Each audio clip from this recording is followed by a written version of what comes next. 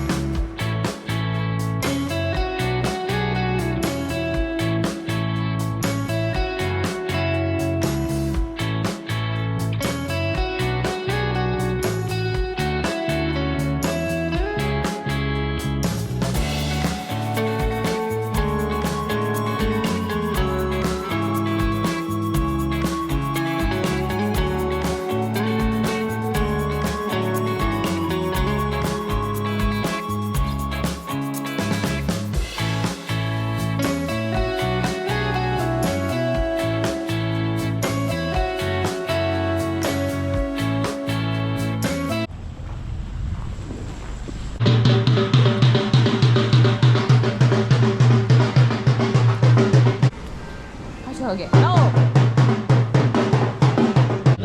बस काफी है 이 मथांग शो तौरफिनी जी बेज ने प्योर बेज करीनो हाउस या बने बयान तो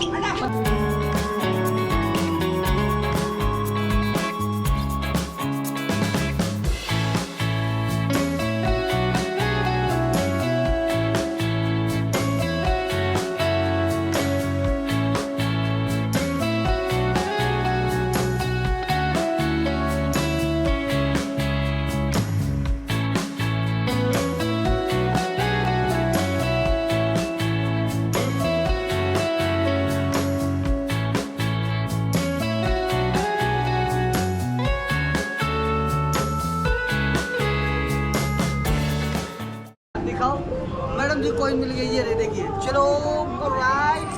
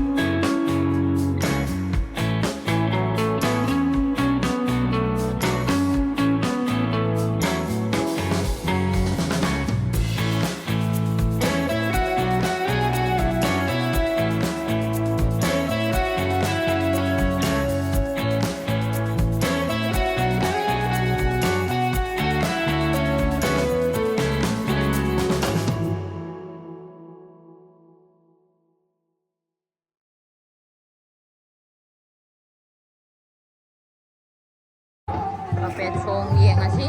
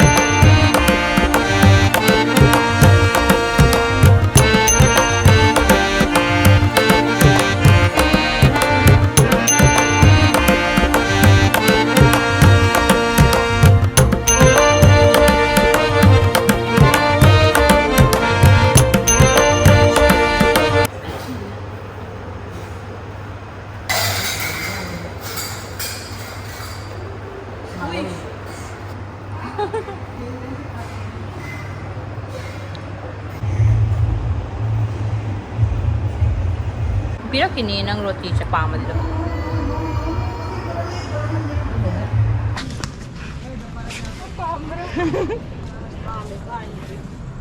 Hadaw-hadaw yang yores. Buat lang. Bisa play ba dan? Sini o mga sa de. Puat lay ba lang, puat lay mong tin.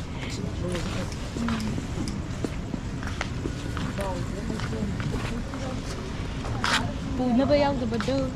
Siga siya tiếng plate, tiếng cốt cái type tàu bữa cái siga siya. Cái thùng mà phải đi đi. Fine. Đúng rồi đấy. Ôn là nhiều không? Chị nó thật đúng. Direct. Ginas cái gì rất là ăn nhiều. Chắc cũng mà mi cái lá can được hấp.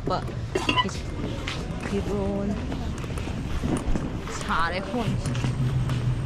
Tin mà hầu rồi. Men ganon.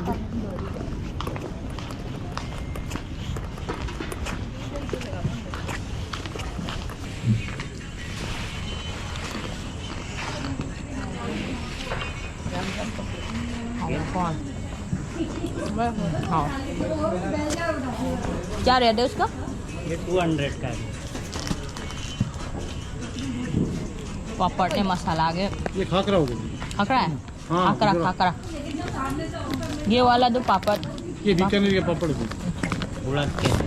ये उड़द का है। पापड़। ये चने में हो गया दीदी, ये चना मेथी में हो गया। इसमें Kanangay no. Kang chicken go.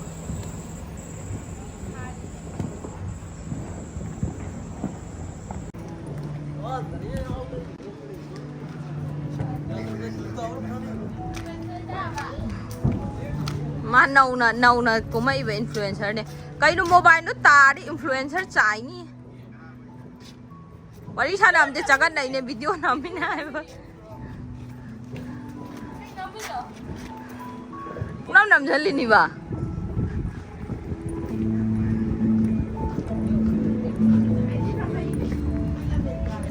To ako'y building jam to ulod.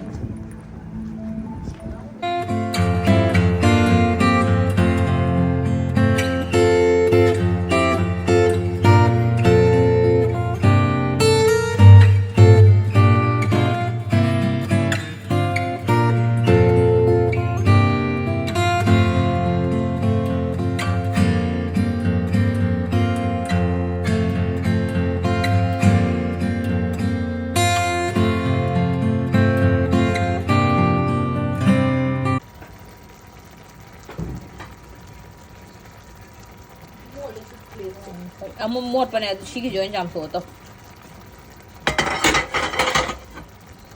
Thì cái này. Prawns nè, shark nè, belendri iromba. Anh sao? 뭐야? 사야나. Thum number. 근데 사야 왜 직분 하면 돼?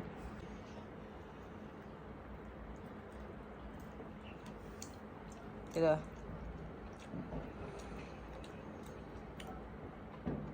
뭔데라? 몰래. 그럼 넘라.